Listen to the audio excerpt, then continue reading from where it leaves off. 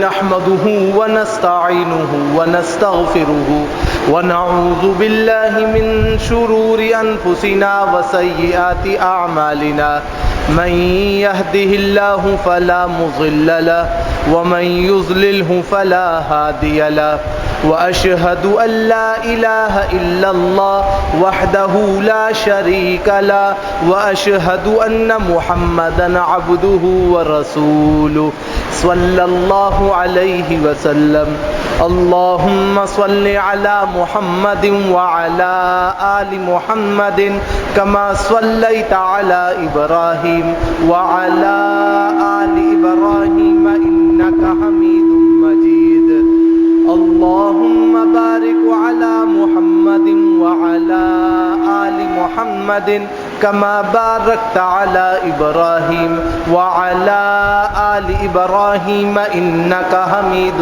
مجيد أعوذ بالله من الشيطان الرجيم بسم الله الرحمن الرحيم يا أيها الذين آمنوا اتقوا الله حق تقاته ولا تموتن إلا وأنتم مسلمون يا أيها الناس اتقوا ربكم الذي خلقكم من نفس واحدة وخلق منها زوجها وبث منهما رجالا كثيرا ونساء واتقوا الله الذي تساءلون به والأرحام إن الله كان عليكم رقيبا يا أيها الذين آمنوا اتقوا الله وقولوا قولا سديدا يصلح لكم أعمالكم ويغفر لكم ذنوبكم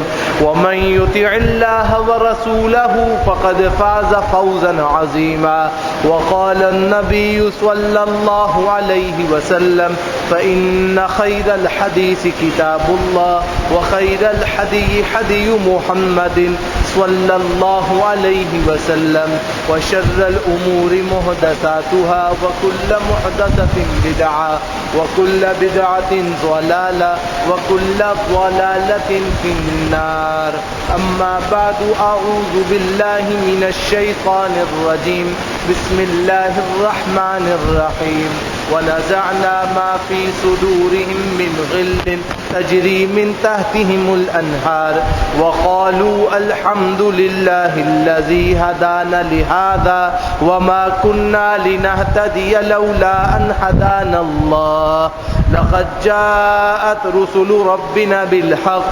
ونودوا أن تلكم الجنة أورثتموها بما كنتم تعملون اما بعد انتہائی مختصر سی حمد اور صلاۃ کے بعد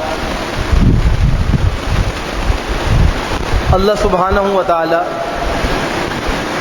سورۃ الاعراف آیت نمبر 43 میں ارشاد فرماتا ہے وَنَزَعْنَا مَا فِي صُدُورِهِم مِّن غِلٍّ جب لوگ جنت میں جائیں گے تو پہلا تحفہ اور پہلا انعام یہ ملے گا کہ اللہ تعالیٰ ان کے دلوں سے ہر قسم کا کینہ بغض حسد جلن باہر نکال دیں تجری من تحتہم الانہار اللہ ایسے باغیچوں میں ٹھہرائے گا جن باغیچوں کے ساتھ ان کے نیچے نیچے نہریں بہہ رہی ہوں گی وقالوا الحمد للہ الذی ہدانا لہذا اور وہ سارے کے سارے جنت میں جانے کے بعد یہ بات کہیں گے کہ تمام تعریفیں اس اللہ سبحانہ و تعالیٰ کے لیے ہیں جس نے ہمیں سیدھے راستے کی رہنمائی کری تاکہ ہم جنت میں پہنچے وما كنا لنهتدي لولا ان هدانا اللہ اگر اللہ ہمیں ہدایت نہ دیتا تو ہم کبھی بھی یہاں تک نہیں پہنچ سکتے تھے لقد جاءت رسل ربنا بالحق اللہ نے ہمارے پاس اپنے رسول حق اور سچ کے ساتھ بھیجے جب لوگ اس بات کا اقرار کریں گے کہ ہدایت اللہ کی طرف سے ملی ہے اور اللہ کے سوا کوئی ہدایت دینے والا نہیں ہے تو انہیں ایک خوشخبری سنائی جائے وہ خوشخبری کیا ہے؟ وَنُودُوا أَن تِلْكُمُ الْجَنَّةُ، ان کو آواز لگائی جائے گی کہ یہی تو وہ تمہاری جنت ہے، اورثتموہا، جس کا تمہیں وارث بنایا گیا ہے. اور اس کا وارث اس لیے بنایا گیا ہے کہ بما کنتم تعملون، جو تم عمل کیا کرتے تھے اس کے بدلے میں یہ جنت آج تمہیں ملے گی. یہاں سے جو مسئلہ اللہ سبحانہ و تعالی فرما رہا ہے وہ پہلا مسئلہ یہ ہے کہ جنتیوں کو اتنا بڑا انعام ملے گا. دوسرا مسئلہ یہ ہے کہ اللہ رب العالمین کی حمد و ثنا دنیا میں بھی ہوگی، جنت میں بھی ہوگی. تیسری چیز یہ کہ جب اللہ کی ذات کا ادراک ہو جاتا ہے اور اللہ کی شخصیت کی معرفت ہو جاتی ہے تو انسان کو جنت میں لے جانے سے کوئی چیز نہیں روک سکتی، کیونکہ ایک اللہ ہی ہے کہ جب تک اس کی معرفت کا ادراک نہ ہو اس وقت تک اللہ تبارک و تعالیٰ کی جنت نہیں مل سکتی. تو اگر اللہ کی معرفت کا ادراک ہو جائے تو انسان سیدھا سیدھا جنت میں ہے، اور وہاں جانے کے بعد اقرار بھی کرے گا کہ اللہ اس جنت میں آپ کی وجہ سے آیا ہوں، اپنی مرضی سے نہیں آیا ہوں. اگر آپ مجھے سیدھے راستے کی توفیق نہ دیتے، اگر آپ مجھے قرآن و حدیث کے راستے پہ نہ چلاتے، اگر آپ مجھے اپنے انبیاء کے راستوں پہ نہ چلاتے تو میں کبھی جنت میں داخل نہیں ہوتا. یہاں سے جو ایک اور نقطہ نکلتا ہے وہ یہ کہ اللہ تبارک و تعالی جب کسی کو اپنی جنت کے لیے منتخب فرما لیتا ہے تو اللہ تبارک و تعالی اس کو چن لیتا ہے اور اسے ہدایت مستقیمہ کی طرف چلنے کی توفیق مہیا فرما دیتا ہے. اسی لیے جناب محمد الرسول اللہ صلی اللہ علیہ وسلم ارشاد فرماتے ہیں من یرید اللہ بہ خیرا، جب اللہ تبارک و تعالی کسی کے ساتھ خیر کا، بھلائی کا، اچھائی کا ارادہ فرماتا ہے تو کیا ہوتا ہے؟ نمبر 1، یشرح صدرہ للاسلام، اللہ تعالی اس کے سینے کو اسلام کے لیے کشادہ فرما دیتا ہے کہ وہ اسلام کی باتوں کو سن کر اس پر عمل کرنے والا بن جاتا ہے. یہ اللہ کا بڑا احسان ہے اور اللہ تبارک و تعالیٰ کی ایک عظیم نعمت ہے جو اللہ تبارک و تعالیٰ اپنے دین کو سمجھنے کی توفیق دیتا ہے. آپ دیکھیں بہت سے حضرات ایسے ہیں جن کے کانوں تک اسلام پہنچا ہے مگر وہ دل میں نہیں اتار پاتے ہیں. یہ دل میں اتار نہیں پاتے ہیں، اس کی وجہ یہ ہے کہ اندر ایسے مسائل ہیں جس کی وجہ سے دل اس اسلام کی پاکیزگی کو اور شیرینی کو قبول نہیں کر پا رہا ہے. اللہ سبحانہ و تعالی نے یہاں پہ نقطہ فرمایا کہ جس کو اللہ منتخب فرمائے، اللہ اس کو منتخب فرماتا ہے کہ جو اللہ کی ذات کا ادراک رکھنے والا ہو، اللہ کی پہچان رکھنے والا ہو، اللہ کے دین پہ چلنے والا ہو، سیدھے راستے کو قبول کرنے والا ہو، اسے اللہ تبارک و تعالی منتخب فرماتا ہے. اور جسے اللہ منتخب فرما لے وہ جنت میں بھی جا کے یہی بات کہے گا، اللہ اگر آپ مجھے منتخب نہیں فرماتے تو میں کبھی بھی اتنے بڑے درجے کو حاصل کرنے والا نہیں ہوتا. اسی لیے سورۃ بنی اسرائیل آیت نمبر 111 اللہ سبحانہ و تعالی فرماتا ہے وَقُلْ الْحَمْدُ لِلَّهِ الَّذِي لَمْ يَتَّخِذْ وَلَدًا وَلَمْ يَكُنْ لَهُ شَرِيكٌ فِي الْمُلْكِ وَلَمْ يَكُنْ لَهُ وَلِيٌّ مِّنَ الذُّلِّ وَكَبِّرْهُ تَكْبِيرًا. اے اللہ کے نبی آپ کہیے، سکھائی بات سکھائی، کیا کہیے جس کی وجہ سے جنت ملے گی؟ یہ کہیے الحمدللہ الذی، میں اس اللہ کی حمد بیان کرتا ہوں، لم یتخذ ولدن، جس نے اپنے لیے کوئی اولاد منتخب نہیں کی. گویا کہ جب تک نظریہ یہ ہوگا کہ اللہ کی اولاد ہے نعوذ باللہ، اس وقت تک سیدھے راستہ نہیں ملے گا. یہاں اللہ نے انڈائریکٹلی بات کہہ دی کہ یہودی اور عیسائی جنت سے محروم. کیوں محروم ہے؟ اس لیے کہ انہوں نے اللہ کے لیے اولاد مقرر کی. جن لوگوں نے اللہ کے لیے اولاد مقرر کی وہ جنت سے محروم ہو گئے. اسی لیے فرمایا وَقُلْ الْحَمْدُ لِلَّهِ الَّذِي، اے اللہ کے نبی آپ کہیے میں حمد بیان کرتا ہوں اس اللہ کی لم يتخذ ولدا، جس نے کسی قسم کی کوئی اولاد نہیں بنائی، وَلَمْ يَكُنْ لَهُ شَرِيكٌ فِي الْمُلْكِ، اور اس کی بادشاہت کو چلانے میں اس کا کوئی ساجی ہے ہی نہیں، کوئی شریک ہے ہی نہیں، کوئی ساتھی ہے ہی نہیں. وہ یکتا ہے، سارے معاملات میں اکیلا ہے، اکیلے فیصلہ فرماتا ہے، اس جیسے فیصلے کوئی نہیں کر سکتا. یہاں سے اشارہ ملا کہ جو لوگ وسیلے کے قائل ہیں، توسل کے قائل ہیں، کسی بھی ذریعے سے اللہ تک پہنچنے کے قائل ہیں، وہ جنت کے راستے سے الگ ہو گئے. کیوں الگ ہو گئے؟ اللہ تبارک و تعالیٰ کہتا ہے اللہ کے نبی کہو کہ میں ایسے اللہ کو مانتا ہوں جس کی بادشاہت میں کوئی بھی شریک نہیں. لوگ مثال دیتے ہیں دنیا میں کہ بلائی منزل پہ چڑھنے کے لیے سیڑھیوں کی ضرورت پڑتی ہے، تو تو اللہ کے ہاں پہنچنے کے لیے ان اولیاء کی ضرورت پڑتی ہے۔ اللہ یہ بات فرماتا ہے، اے اللہ کے نبی کہو کہ میں کسی کے واسطے کے ساتھ، کسی کی شراکت داری کے ساتھ اپنی بادشاہت نہیں چلاتا، یکتا اکیلا یکسو ہو کر اپنی بادشاہت چلاتا ہوں، میرے ساتھ کوئی شراکت دار نہیں، میرے ساتھ تمام اختیارات کو چلانے میں کوئی ساجی اور شریک نہیں۔ اے اللہ کے نبی آپ یہ کہیے، میں اس اللہ کی حمد بیان کرتا ہوں کہ ساری کی ساری کائنات کی بادشاہت میں اس کے برابری کرنے والا کوئی نہیں۔ وَلَمْ يَكُنْ لَهُ وَلِيٌّ فِي الذُّلِّ، اور فرمایا کہ نہ ہی عاجزی کی بنیاد پر کوئی اس کا دوست ہو سکتا ہے۔ یہاں پہ اللہ تبارک و تعالی نے بہت باریک نقطہ ارشاد فرمایا ہے، وَلَمْ يَكُنْ لَهُ وَلِيٌّ، اور نہیں ہو سکتا کوئی اس اللہ کا دوست، مِنَ الذُّلِّ، عاجزی کی بنیاد پر۔ عاجزی کی بنیاد پر آپ کسی کو کہیں کہ یہ ولی اللہ ہے، اس کی دعا پہنچے گی، یہ مجھے بخشوا لے گا، یہ مجھے جنت میں لے جائے گا، یہ مجھے ہاتھ پکڑ کر سیدھا جنت میں لے جائے گا۔ اللہ نے کہا ایسا کوئی معاملہ نہیں ہے، اللہ کی اپنی ہدایت ہے، اللہ کی اپنی مرضی ہے، اللہ کا اپنا شرف ہے، اللہ کا اپنا مقام ہے، اللہ کی اپنی حیثیت ہے، جس کو چاہے جیسے چاہے بخش دے اور جس کو چاہے جیسے چاہے بخشش سے محروم کر دے۔ وَكَبِّرْهُ تَكْبِيرًا، اے اللہ کے نبی آپ اللہ کی بڑائی بیان کیجئے، انتہائی بڑائی بیان کرنا، کیونکہ اللہ بڑائی کو پسند فرماتا ہے۔ یہاں پہ ارشاد فرمایا کہ اگر کوئی یہ سمجھتا ہے کہ میرے بزرگ مجھے بچائیں گے تو یہ نہیں بچا سکتے۔ اگر کوئی چیز آپ کو اللہ کے قرب میں لا سکتی ہے تو کیا ہے؟ اللہ کی بڑائی بیان کرنا، اللہ کے لیے تکبیرات کہنا، اللہ کے لیے ذکر اللہ کو کرنا، اللہ کے لیے حمد و ثنا کو کرنا، اللہ کے لیے اپنے عجز کو پیش کرنا، اللہ کے لیے اپنے آپ کو انتہائی انہماک کے ساتھ پیش کر دینا۔ اللہ سبحانہ و تعالی اس بات کو پسند فرماتا ہے۔ اسی لیے اللہ کے پیارے نبی جناب محمد الرسول اللہ صلی اللہ علیہ وسلم فرماتے ہیں، صحیح مسلم کتاب الحج کے اندر روایت موجود ہے کہ عرب کے مشرکین ایک تلبیہ کہتے تھے۔ تلبیہ کیا ہوتا ہے؟ لبیک اللہم لبیک۔ اب عرب کے جو مشرکین تھے وہ تلبیہ کہتے تھے، ان کو منع کیا گیا کہ اس تلبیہ کی کوئی حیثیت نہیں، آپ یہ تلبیہ نہیں کہہ سکتے۔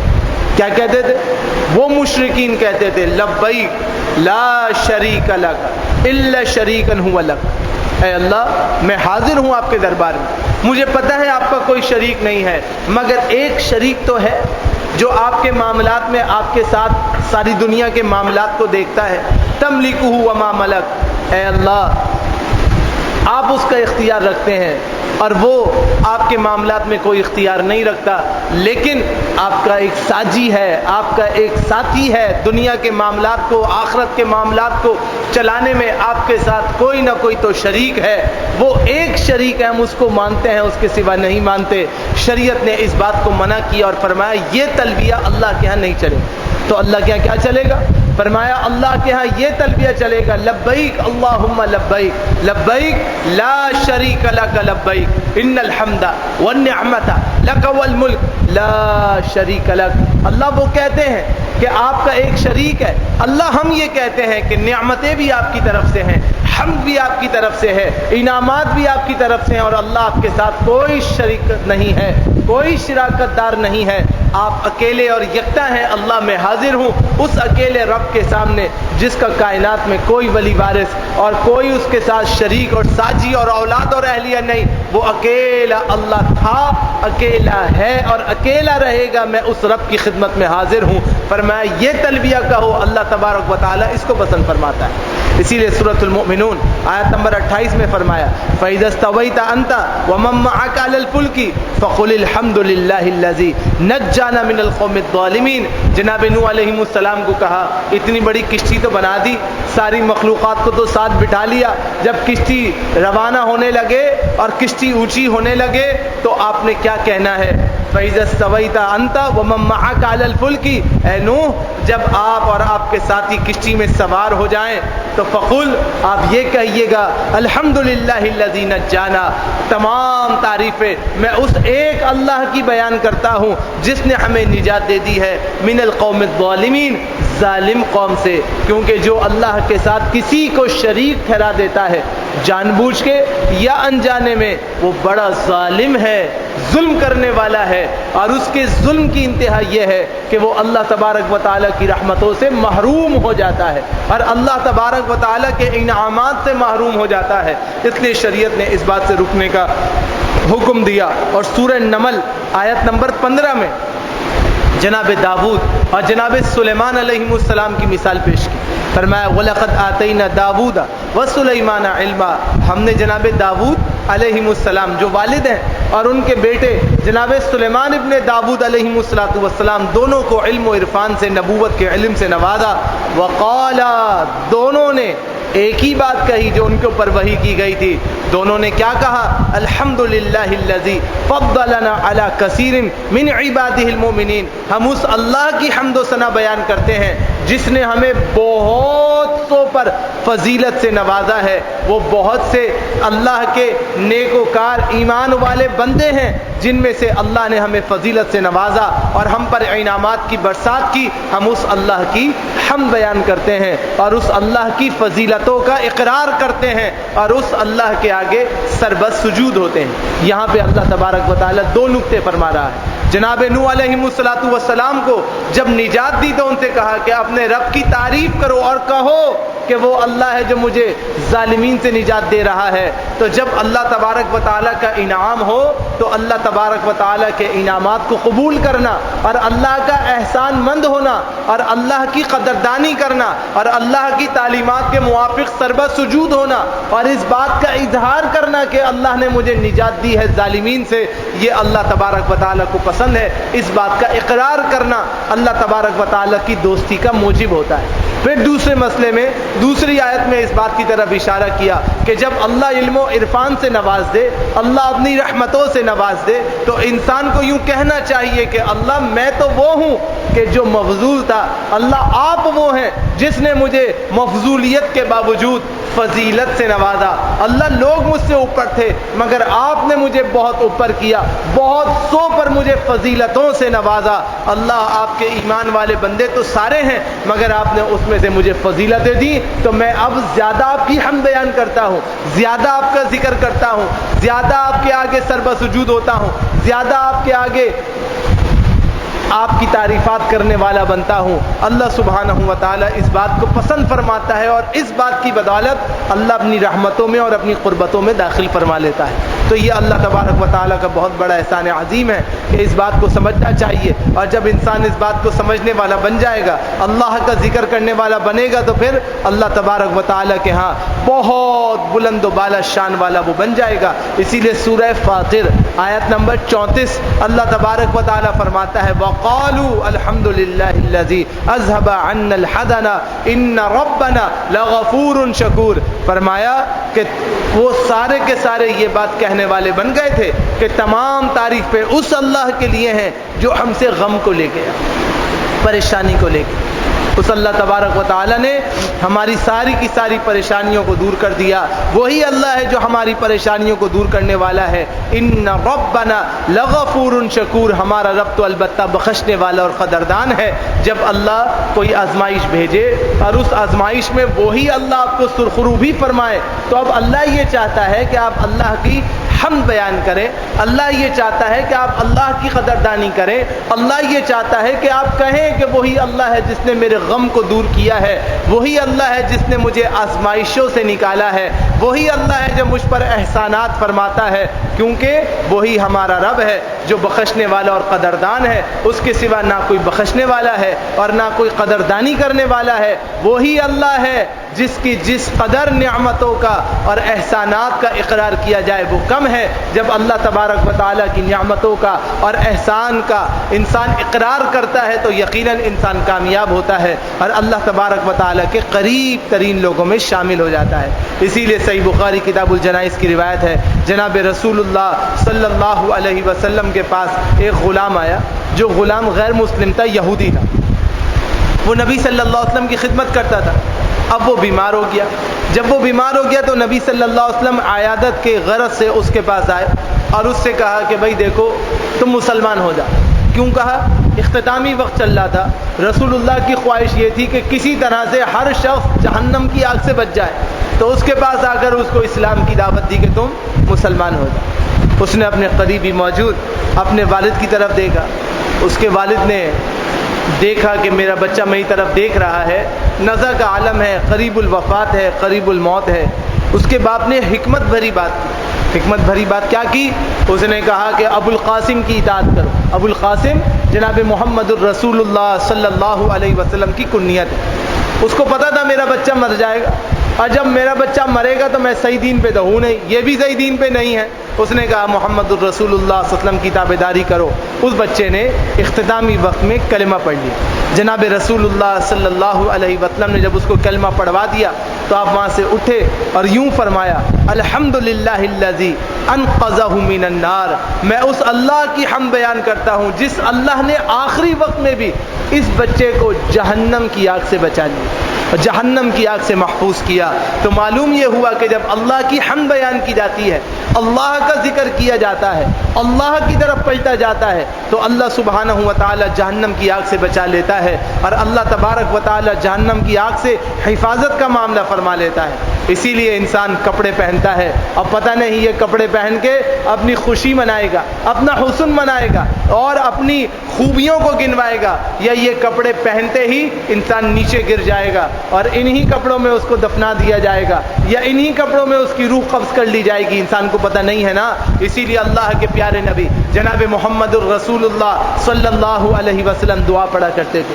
سنن ابی داؤد کی روایت ہے, کتاب اللباس کے اندر موجود ہے. علامہ البانی رحمۃ اللہ علیہ نے حسن درجے کی روایت پیش کی ہے کہ جب بھی کوئی کپڑا پہنو ہمیشہ یوں کہو, الحمدللہ الذی کسانی ھذا ورزقنیہ من غیر حول منی ولا قوت. تمام تعریفیں اس ایک اللہ کے لیے ہیں جس نے مجھے یہ کپڑے پہنا دیے اور مجھے یہ سب کچھ عطا کیا, میری کسی ذاتی قوت اور میری کسی طاقت کے بغیر اللہ نے مجھے حسین اور جمیل بنا دیا, تو میں اس پر بھی اللہ کی حمد بیان کرتا ہوں. اب کمال دیکھیے, ایک انسان نے کپڑے پہنے, کپڑے تو پہننے ہی ہیں, اپنے حساب سے پہنے, جو بھی اس کی پسند ہے اس نے کپڑے پہنے. اب کپڑے پہنتے ہوئے اگر یہ دعا پڑھی تو جب تک کپڑے پہنا رہے گا اس دعا کی برکت سے اس کو نیکیاں ملتی رہے گی. یہ اللہ کی شان, یہ اللہ کی محبت ہے. گویا کہ کپڑے آپ پہن رہے ہیں, پسند آپ کی ہے, ذکر اللہ کا ہو رہا ہے, تو جب تک اللہ کا ذکر ہوتا رہے گا اس وقت تک ثواب آپ کو ملتا رہے گا. یہ چھوٹی چھوٹی سی اللہ کے محبت کے زاویے ہیں. جب انسان اللہ کی محبت میں داخل ہونے کی کوشش کرتا ہے تو اللہ تبارک و تعالی بیش بہا نعمتیں ارشاد فرما دیتا ہے اور بیش بہا انعامات ارشاد فرما دیتا ہے. رسول اللہ صلی اللہ علیہ وسلم معراج پہ تشریف لے گئے. معراج پہ تشریف لے گئے تو 2 جام 2 پیالے مشروبات کے بھرے ہوئے آپ کے سامنے پیش کیے گئے. ایک پیالے میں دودھ تھا خالص, ایک میں نشہ آور مشروب تھا جس کو آپ شراب کہہ سکتے ہیں. عربی زبان میں شراب کہتے ہیں مشروب کو. اس میں ایک ایسا نشہ آور مشروب تھا. دونوں آپ کے سامنے پیش کیے گئے اور کہا جی منتخب فرما لے. رسول اللہ صلی اللہ علیہ وسلم نے, بعض روایتوں میں آتا ہے جناب جبریل کی طرف دیکھا کہ کیا کروں, اب 2 پیالے ہیں, اللہ کی طرف سے مقرب ہیں, اللہ کی طرف سے پیش کیے گئے ہیں, مجھے کیا پتا کیا کروں, آپ بتائیے, کیونکہ وہی تو اللہ کی طرف سے آپ لاتے ہیں, آپ بتائیں کیا کروں. بعض روایتوں میں آتا ہے رسول اللہ صلی اللہ علیہ وسلم نے خود منتخب فرمایا, اور بعض میں آتا ہے کہ جبریل نے اشارہ کیا کہ یہ جو دودھ کا پیالہ ہے اسے آپ نے منتخب کرنا ہے. تو رسول اللہ صلی اللہ علیہ وسلم نے ان 2 مشروبات میں سے دودھ کے پیالے کو منتخب فرمایا. تو اللہ نے توفیق دی اور اللہ نے یہ دعا سکھائی جو آپ نے دعا کی. کیا دعا کی؟ الحمدللہ الذی ہداک للفطرہ. اے اللہ میں آپ کی حمد بیان کرتا ہوں کہ آپ نے مجھے سیدھے راستے کی طرف چلا دیا. لو اخذت الخمر غوت امتک. فرمایا جبریل امین نے, اے اللہ کے نبی اگر آپ شراب کو منتخب فرماتے تو آپ کی پوری امت بہک جاتی. میں اللہ کی حمد بیان کرتا ہوں کہ اس نے آپ کو توفیق دی کہ آپ نے دودھ کے گلاس کو پکڑا, دودھ کے مشروب کو پکڑا اور آپ نے خراب مشروب کو قبول نہیں فرمایا. گویا کہ جب اللہ سیدھے راستے کی توفیق دے اس پر بھی اللہ کی حمد بیان کرو, اللہ نقصان سے بچا لے اس پر بھی اللہ کی حمد بیان کرو. اللہ کاروبار کاروبار میں برکت دے دے اس پر بھی اللہ کی حمد بیان کرو، اللہ نعمت سے نوازے اس پر بھی اللہ کی حمد بیان کرو۔ اللہ تعالیٰ جس قدر احسان فرمایا اور آپ کو لگے کہ آج میں بڑے کام سے بچ گیا، اللہ نے بڑا احسان فرمایا، اللہ کی حمد بیان کرو۔ اللہ رب العالمین اس سے خوش ہوتا ہے اور اللہ تبارک و تعالیٰ اس سے اپنے قریب فرما لیتا ہے۔ اسی لیے انسان سوتا ہے، دیکھیے نا، سوتا ہی رہ جاتا ہے، اٹھنے کی توفیق ہی نہیں ہوتی۔ حاجی صاحب سوتے سوتے اللہ کے ہاں پہنچ گئے۔ اسی لیے فرمایا کہ جب کوئی سوئے اور سو کر بیدار ہو جائے، صحیح بخاری کتاب الدعوات کی روایت ہے، تو یوں کہے الحمدللہ الذی احیانا، اے اللہ میں آپ کی حمد بیان کرتا ہوں کہ آپ نے مجھے دوبارہ سے اٹھا دیا، بعدما اماتنا، میرے سو جانے کے بعد، وإلیہ النشور، اللہ میرا تو یقین محکم ہے کہ ہمیں آپ ہی کی طرف پلٹنا ہے اور ہم آپ کی طرف ہی پلٹنے والے ہیں۔ جب انسان اس بات کا اقرار کر لیتا ہے تو اللہ تبارک و تعالیٰ اس کے لیے انتہائی درجات بلند فرما دیتا ہے اور اللہ تبارک و تعالیٰ اس کے لیے خیر کے دریجے مقرر فرما دیتا ہے۔ تو اللہ کی پاکی بیان کرنے والی بہت سی مخلوقات ہیں، اگر آپ اللہ کی پاکی بیان کریں گے، آپ اللہ کا ذکر کریں گے، آپ اللہ کو خوش کرنے والے بنیں گے تو اللہ تبارک و تعالیٰ آپ کو مقربین میں شمار فرما لے گا اور آپ پر احسانات کی موسلا دھار بارشیں فرما لے گا، جیسا کہ سورۃ الاعراف آیت نمبر 206 میں فرمایا، ان الذین عند ربک لا یستکبرون عن عبادتہ ویسبحونہ ولہ یسجدون، بے شک وہ فرشتے جو اللہ تبارک و تعالیٰ کے ہاں ہیں، پتہ ہے ان کی قربت کی وجہ کیا ہے؟ پہلی وجہ لا یستکبرون عن عبادتہ، وہ اللہ کی عبادت میں کبھی تکبر نہیں کرتے۔ دوسری بات ویسبحونہ، وہ اللہ کی تسبیح بیان کرتے رہتے ہیں، اور نمبر 3 وَلَهُ يَسْجُدُونَ، وہ اللہ کے لیے ہمیشہ سجدہ کرتے رہتے ہیں۔ یہ 3 صفات ہیں جن کی وجہ سے فرشتوں کو اللہ کا قرب مل گیا اور فرشتے اللہ کے قریب ہو گئے کہ انہوں نے کبھی بڑائی نہیں کری کہ ہم تو اللہ کی ایسی عبادت کرتے ہیں کہ رسول اللہ صلی اللہ علیہ وسلم نے فرمایا، یہ جو آپ کا بیت اللہ ہے دنیا میں، اللہ نے اس کے اوپر بیت المعمور بنایا ہے، آسمانوں کے اوپر بیت المعمور ہے۔ بیت المعمور وہ فرشتوں کا بیت اللہ ہے، وہ فرشتوں کا کعبۃ اللہ ہے، جس کے ارد گرد ایک وقت میں 70,000 اللہ کے فرشتے طواف کرتے ہیں، اور جب وہ فرشتے طواف کرتے ہیں تو وہ قیامت تک اللہ کا کھڑے ہو کے ذکر کرتے رہتے ہیں، ان کو دوبارہ طواف کا موقع نہیں ملتا۔ اللہ کے اتنے سارے فرشتے ہیں اور وہ اللہ کی پاکی بیان کرتے رہتے ہیں، اللہ کی تسبیح بیان کرتے رہتے ہیں، اللہ کا ذکر بیان کرتے رہتے ہیں۔ تو فرمایا کہ جو اللہ کے ہاں ہیں ان کی شان یہ ہے، اللہ یہاں پہ فرماتا ہے اگر تمہیں بھی اللہ کے ہاں مقرب بننا ہے تو تم اس صفت کو اختیار کرو جو اللہ نے اپنے فرشتوں کے اندر رکھی ہے کہ وہ کبھی عبادت میں تکبر نہیں کرتے، جتنی بھی عبادت کریں اپنے اندر عجز ہی رکھتے ہیں، اللہ کی پاکی بیان کر کر کے نہیں تھکتے۔ یہاں ہم عبادت سے تھک جاتے ہیں، وہ اللہ کا ذکر کر کے کبھی نہیں تھکتے اور ہمیشہ اللہ کے آگے سربست سجود رہتے ہیں۔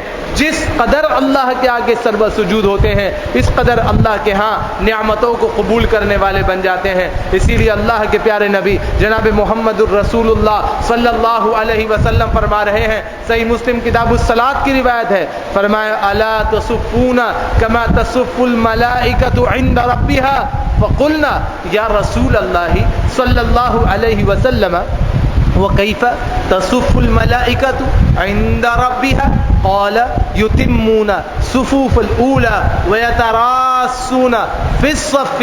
رسول اللہ صلی اللہ علیہ وسلم نے فرمایا کہ تم لوگوں کو کیا ہو گیا، تم ان صفات کو قبول کیوں نہیں کرتے جو صفات فرشتوں میں ہیں، جس کی وجہ سے وہ اللہ کا قرب اختیار کرنے والے بن جاتے ہیں۔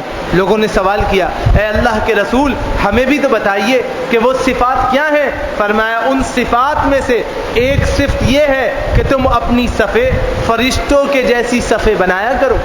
لوگوں نے سوال کیا، صحابہ اکرام کہنے لگے، اے اللہ کے رسول ہمیں کیا پتا فرشتے کیسے صفیں بناتے ہیں، آپ بتائیے اللہ کے حکم سے کہ فرشتے اللہ کے ہاں کیسی صفیں بناتے ہیں۔ فرمایا وہ پہلی صف کو پورا کرتے ہیں اور صفوں میں ذرا سی بھی گنجائش اور جگہوں کو باقی نہیں چھوڑتے، اپنی صفوں کو ملا کے رکھتے ہیں، اپنے پاؤں کو ملا کے رکھتے ہیں اور صفوں میں خلل نہیں چھوڑتے۔ تو اللہ تبارک و تعالیٰ کی قربت کا ایک ذریعہ یہ بھی ہے کہ انسان جب صف بندی کرے تو پہلے اگلی صفوں کو پورا کرے اور صفوں میں خلل نہ چھوڑے، صفوں میں فاصلہ نہ چھوڑے، صفوں میں گنجائش نہ چھوڑے۔ جب انسان اپنی صفوں کو پورا کرتا ہے، خلل کو پورا کرتا ہے، تو اللہ تبارک و تعالیٰ کے ہاں وہ مقرب ہو جاتا ہے، اللہ کا دوست بن جاتا ہے۔ اللہ رب العالمین اس کو اپنی ذات کی معرفت نصیب فرماتا ہے، اور اس ذات کی معرفت کی بدولت اللہ تبارک و تعالیٰ کے ہاں اس کے درجات انتہائی بلند ہو جاتے ہیں۔ تو انسان کو کیا چاہیے؟ انسان کو چاہیے کہ وہ اپنی صفوں کو درست کرے تاکہ شریعت کی مطابقت میں اللہ کی رحمتوں کو قبول کرنے والا بن جائے۔ اللہ سے دعا کرتا ہوں رب ذوالجلال مجھ کو، آپ کو، ہم سب کو اللہ کی تعریفات جس کا وہ جیسے اہل ہے ویسے کرنے کی توفیق نصیب فرمائے، اور اللہ تبارک و تعالی ہم سب سے راضی ہو جائے۔ اقول قولی ھذا استغفر اللہ لی ولکم ولسائر المسلمین۔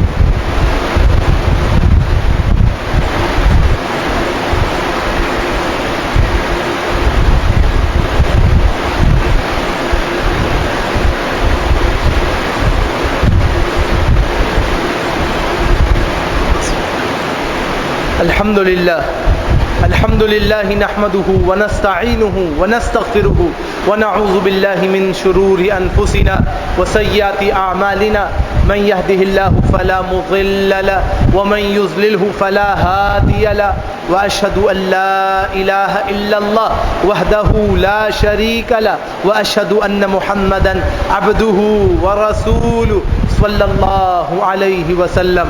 اللهم لا مانع لما اعطيت ولا معطي لما منعت ولا ينفع ذا الجد منك الجد۔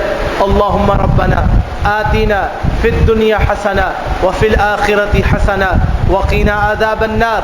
رب ارحمهما كما ربياني صغيرا، رب ارحمهما كما ربياني صغيرا، رب ارحمهما كما ربياني صغيرا۔ اذهب الباس رب الناس واشف انت شافي لا شفاء الا شفاؤك شفاء لا يغادر سقما۔ اللهم اشف مرضانا ومرضى المسلمين، اللهم اشف مرضانا ومرضى المسلمين يا حي يا قيوم برحمتك نستغيث۔ ربنا ظلمنا انفسنا وان لم تغفر لنا وترحمنا لنكونن من الخاسرين۔ وقال النبي صلى الله عليه وسلم ما اصطفى الله للملائكة أو لعباده سبحان الله وبحمده۔ اما بعد، مختصر سی حمد و ثنا کے بعد رسول اللہ صلی اللہ علیہ وسلم سے سوال کیا گیا، صحیح مسلم کتاب الذکر والدعاء کے اندر روایت موجود ہے۔ پوچھا گیا کہ اللہ سے کلام کرنے کے تو بہت سے طریقے ہیں، یہ بتائیے کہ اللہ کے ہاں افضل ترین کلام کون سا ہے؟ کون سی دعا، کون سی بات ایسی ہے جو اللہ کے ہاں انتہائی فضیلت والی ہے؟ رسول اللہ صلی اللہ علیہ وسلم نے ارشاد فرمایا مصطفی اللہ لملائکتہ او لعبادہ، اللہ کے ہاں افضل ترین کلام وہ ہے جس کو اللہ نے اپنے فرشتوں کے لیے منتخب فرما لیا ہے، یا اللہ نے اپنے برگزیدہ بندوں کے لیے منتخب فرما لیا ہے۔ وہ افضل ترین کلام اللہ سبحانہ و تعالیٰ کے ہاں ہے۔ پوچھا گیا جی وہ کون سا ہے؟ فرمایا وہ کلام یہ ہے سبحان اللہ و بحمدہ۔ جس قدر انسان سبحان اللہ و بحمدہ کہتا ہے، اللہ سبحانہ و تعالیٰ کے ہاں اس کا درجہ انتہائی بلند ہو جاتا ہے اور انتہائی عافیت کے دریچوں میں وہ داخل ہو جاتا ہے۔ اسی لیے سورہ زمر آیت نمبر 75 میں فرمایا وَتَرَى الْمَلَائِكَةَ حَافِّينَ مِنْ حَوْلِ الْعَرْشِ يُسَبِّحُونَ بِحَمْدِ رَبِّهِمْ وَقُضِيَ بَيْنَهُمْ بِالْحَقِّ وَقِيلَ الْحَمْدُ لِلَّهِ رَبِّ الْعَالَمِينَ۔ آپ فرشتوں کو عرش کے چاروں طرف گھیرا ڈالے ہوئے دیکھیں گے، وہ اپنے رب کی حمد و ثنا اور پاکی بیان کر رہے ہوں گے، اور لوگوں کے درمیان حق اور انصاف کے ساتھ فیصلہ کر دیا جائے گا، اور ہر طرف یہی کہا جائے گا کہ تمام تعریفیں اس ایک اللہ کے لیے ہیں جو سارے جہان کا پالنے والا ہے۔ اس آیت کے اندر بھی جو سورہ زمر آیت نمبر 75 میں ہے، اللہ نے ذکر فرما دیا کہ فرشتے کیا کرتے ہیں؟ یسبحون بحمد ربہم، وہ اللہ کی پاکی بیان کرتے ہیں، اللہ کی تعریفات کے ساتھ سبحان اللہ و بحمدہ کہا کرتے ہیں، سبحان اللہ و بحمدہ کا ذکر کرتے ہیں۔ تو جب انسان اللہ کی پاکی کا ذکر کرے گا، اللہ کی حمد کا ذکر کرے گا، تو یقیناً وہ اللہ سبحانہ و تعالیٰ کے ہاں بہت بلند و بالا درجات میں داخل ہونے والا بنے گا، اور اللہ تبارک و تعالیٰ کے ہاں کامیاب اور کامران بن جائے گا، اور اللہ تبارک و تعالیٰ کے ہاں اس کے لیے خیر کے دریچے کھلیں گے۔ اسی لیے سورہ حامیم السجدہ آیت نمبر 38 میں اللہ سبحانہ و تعالیٰ فرماتا ہے فَإِنِ اسْتَكْبَرُوا فَالَّذِينَ عِندَ رَبِّكَ يُسَبِّحُونَ لَهُ بِاللَّيْلِ وَالنَّهَارِ وَهُمْ لَا يَسْأَمُونَ۔ فرمایا کہ اگر یہ لوگ تکبر میں آ جائیں کہ ہم اللہ کا ذکر نہیں کریں گے، ہمیں اللہ کے ذکر کی کیا حاجت ہے، اللہ کیا ہمارے ذکر کا محتاج ہے، ہم اللہ کا ذکر نہیں کریں گے۔ متکبرین کی عادت ہے الٹی سیدھی باتیں کرتے ہیں، غلط باتیں کرتے ہیں، بےہودہ باتیں کرتے ہیں، غیر درست باتیں کرتے ہیں۔ فرمایا کہ اگر یہ سارے کے سارے بھی متکبر ہو جائیں کوئی فرق پڑنے والا نہیں ہے۔ فالذین عند ربک، اے اللہ کے نبی، وہ مخلوق جو اللہ کے ہاں ہے، آپ کے رب کے ہاں ہے، پتہ ہے وہ کیا کرتے ہیں؟ یسبحون لہ باللیل، وہ تو رات کو بھی اللہ کی پاکی بیان کرتے ہیں، والنہاری، اور دن کی ہر گھڑی میں اللہ کی پاکی بیان کرتے ہیں، صبح شام اللہ کی پاکی بیان کرتے رہتے ہیں۔ اللہ تبارک و تعالیٰ ان سے بہت خوش ہے۔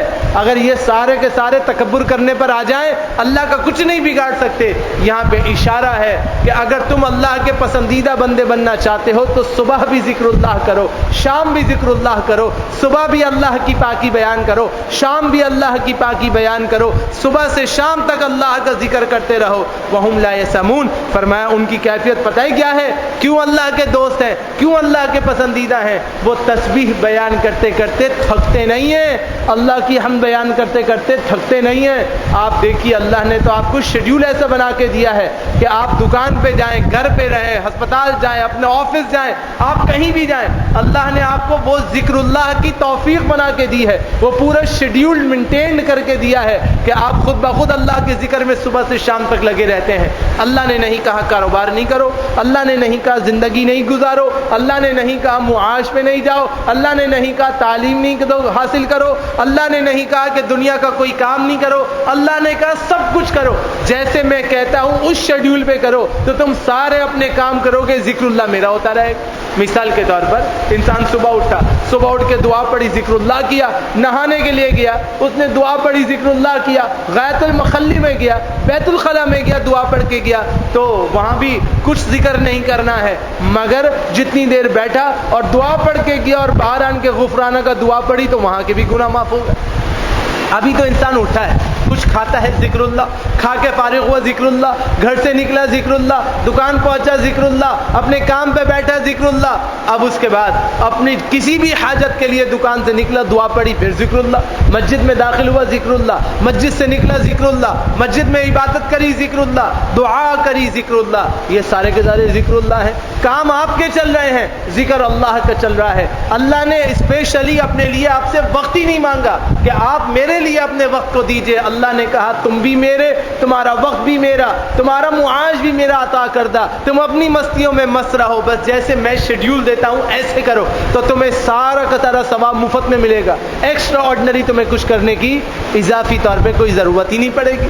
اب دوپہر کے بعد پھر آپ آئے، آپ نے ذکر اللہ کیا، اور اگر آپ کو قیلولہ کا موقع مل گیا، دعا پڑھی، پھر ذکر اللہ، اٹھے، دعا پڑھی، پھر ذکر اللہ، اب آپ صبح سے شام تک ذکر اللہ میں ہیں، یہاں تک کہ ساری دنیا کے کام نمٹا کے، دکان بند کر کے، آفس بند کر کے جب چلے، پھر ذکر اللہ، گاڑی میں بیٹھے ذکر اللہ، اترے ذکر اللہ، گھر میں پہنچے ذکر اللہ، دوبارہ کھانا کھایا، رات کا ذکر اللہ، پھر کھانے کے بعد ذکر اللہ۔ اب اگر آپ بیٹھے ہیں اور بیٹھنے کے بعد اختتام مجلس کی دعا پڑھی تو جتنی دیر بیٹھے وہ ذکر اللہ، اب آپ لیٹ گئے، دعا پڑھی، ذکر اللہ، تو گویا کہ صبح سے لے کے رات تک آپ نے کیا اپنے کام، لیکن ہوا کیا؟ ذکر اللہ۔ یہ اللہ کی شان ہے۔ اللہ نے اس طرح سارا کام مینج کر کے دیا ہے کہ اضافی کچھ کرنا نہیں ہے، 1 منٹ بھی اضافی نہیں لگانا ہے، دنیا کے سارے کام کرنے ہیں اور ثواب ذکر اللہ کا مل رہا ہے، عبادت کا مل رہا ہے، تسبیح کا مل رہا ہے، حمد کا مل رہا ہے۔ بس تعلق اللہ کی مرضی کے مطابق جوڑ لیجئے تو آپ جو کچھ کرتے ہیں اس میں ذکر اللہ خود بخود شریک ہو جاتا ہے، اور اللہ تبارک و تعالیٰ کے احسانات کا، انعامات کا آپ حقدار ٹھہر جاتے ہیں۔ یہی اللہ کی شان ہے۔ دیکھیے یہ ذکر اللہ بڑی بڑی آفتوں کو ٹال دیتا ہے، بڑے بڑے مصائب کو ٹال دیتا ہے۔ آپ خود کبھی نوٹ کیجئے، سواری ڈرائیو کر رہے ہوں، دعا پڑھ کے آپ گاڑی چلائیے، آپ کے سامنے کوئی نہ کوئی ایسی چیز آ جائے گی، چند دنوں میں ہی آ جائے گی کہ آپ کہیں گے شکر ہے اللہ نے مجھے بچا لیا۔ اس کا کتنا برا حادثہ ہوا ہوا ہے۔ یہ اللہ دکھاتا ہے کہ تم نے ذکر اللہ کیا، میں نے تمہیں بچایا، تمہیں ہر چیز میں بچا سکتا ہوں، تمہارے گھاٹے کو نفع میں بدل سکتا ہوں، تمہارے دشمن کو رام کر سکتا ہوں، سب کچھ کر سکتا ہوں اگر تم میرا ذکر اللہ کرو گے اور میری حمد بیان کرو گے تو میں تمہیں سارے کے سارے معاملات میں تمہارے لیے سہولت مہیا کر سکتا ہوں۔ شرط یہ ہونی چاہیے کہ تم میرے ذکر سے وابستہ ہو جاؤ، تم مجھ سے توبۃ النصوحہ کرنے والے بن جاؤ۔ پھر انسان نے پھر بھی سب کچھ نہیں کیا، اپنی مرضی کرتا رہا، اللہ نے توبہ سکھائی، وہ ذکر اللہ کہ جب انسان توبۃ النصوحہ کرتا ہے تو اس ذکر اللہ کی برکت سے اللہ پھر سارے گناہ معاف کر دیتا ہے۔ یہ ذکر اللہ کی فضیلتیں ہیں، اللہ سے قربت کے ذرائع ہیں کہ جب انسان ان کا ذکر کرتا ہے تو اللہ تبارک و تعالی اپنے مقربین میں شمار کر لیتا ہے۔ جو تھکتے نہیں ہیں ذکر اللہ کر کر کے، اللہ ان سے بھی اوپر لے جاتا ہے۔ آپ خود سوچئے، زندگی میں ایک دفعہ موقع ملتا ہے، 70,000 فرشتے ایک دفعہ طواف کرتے ہیں اور پھر قیامت تک ان کی باری نہیں آتی، وہ ذکر اللہ سے نہیں تھکتے۔ اللہ کے اتنے زبردست فرشتے ہیں کہ جب اصلی شکل میں جبریل کو دیکھا تھا تو سر 7ویں آسمان پر اور پاؤں 7ویں زمین پہ تھا، اور ایک دایاں پر اور بایاں پر اتنا بڑا تھا کہ سارے مشرق اور مغرب کو چھپا دیا تھا، اور ایک روایت میں آتا ہے کہ 700 پر تھے ان کے۔ اتنی زبردست جلیل القدر عظیم و شان مخلوق اللہ نے بنائی ہے، وہ اللہ کے ذکر سے نہیں تھکتے، اللہ کا ذکر کرتے رہتے ہیں۔ اور انسان جب یہاں اپنی مرضی کرتا رہتا ہے، صرف چھوٹا چھوٹا ذکر جس طرح اللہ نے سکھایا ہے اس طرح کرتا رہتا ہے، تو اللہ انہیں فرشتوں سے بھی اوپر والا درجہ مہیا فرما دیتا ہے۔ یہ اللہ کی شان ہے، یہ اللہ کا کمال ہے، یہ اللہ کی طرف سے احسان ہے۔ لہذا انسان کو چاہیے کہ انسان اللہ سے دوستی لگا لے۔ جب انسان اللہ سے دوستی لگا لے گا تو یقیناً کامیاب اور کامران ہوگا، درجہ بلند ہوگا، اللہ کی رحمتوں میں داخل ہوگا، اور یقیناً اللہ تبارک و تعالیٰ کے ہاں رحمتوں کے دریچوں میں داخل ہو جائے گا۔ اللہ سے دعا کرتا ہوں اللہ تعالیٰ ہمیں اخلاص کے ساتھ اللہ سبحانہ و تعالیٰ سے پکی اور سچی دوستی کرنے کی توفیق نصیب فرمائے۔ ربنا علیک توکلنا والیک انبنا والیک المصیر۔ ربنا آتنا فی الدنیا حسنہ وفی الآخرۃ حسنہ وقنا عذاب النار۔ رب ارحمہما کما ربیانی صغیرا، رب ارحمہما کما ربیانی صغیرا۔ اذھب الباس رب الناس واشف انت الشافی لا شفاء الا شفاؤک شفاء لا یغادر سقما۔ اللهم انصر المجاهدين في كل مكان وانصر المستضعفين في كل مكان وانصر المؤمنين في كل مكان يا ذا الجلال والإكرام بيدك الخير ولا حول ولا قوة إلا بالله العلي العظيم۔ اللهم لا هم إلا فرجته، لا خير إلا ما سألته، لا سهل إلا ما جعلته سهلا وأنت تجعل الحزن إذا شئت سهلا۔ اللهم اغفر لنا ولإخواننا الدين وارحمنا أنت مولانا فانصرنا للقوم الكافرين۔ آخر میں اپنے والدین کے لیے دعا کرتا ہوں اور آپ سب کے والدین کے لیے دعا کرتا ہوں، اللہ ہم سب کے والدین کی کامل مغفرت نصیب فرما۔ اللہ جو حیات ہیں انہیں صحت والی حیات جاویدانی نصیب فرما۔ اپنے بڑے والد صاحب کے لیے خصوصاً دعاؤں کی التماس کرتا ہوں، دعا فرمائیے یا اللہ چلتے ہاتھ پاؤں بغیر محتاجگی کے اپنی عافیت والے، سہولت والے نیکوکار بندوں میں شامل فرما، اور اپنے مقربین بندوں میں شامل فرما کر اپنے ہاں آنے کی اجازت مرحمت فرما۔ ربنا علیک توکلنا والیک انبنا والیک المصیر۔ آمین یا رب العالمین۔ سبحان ربک رب العزة عما یصفون وسلام علی المرسلین والحمد للہ رب العالمین۔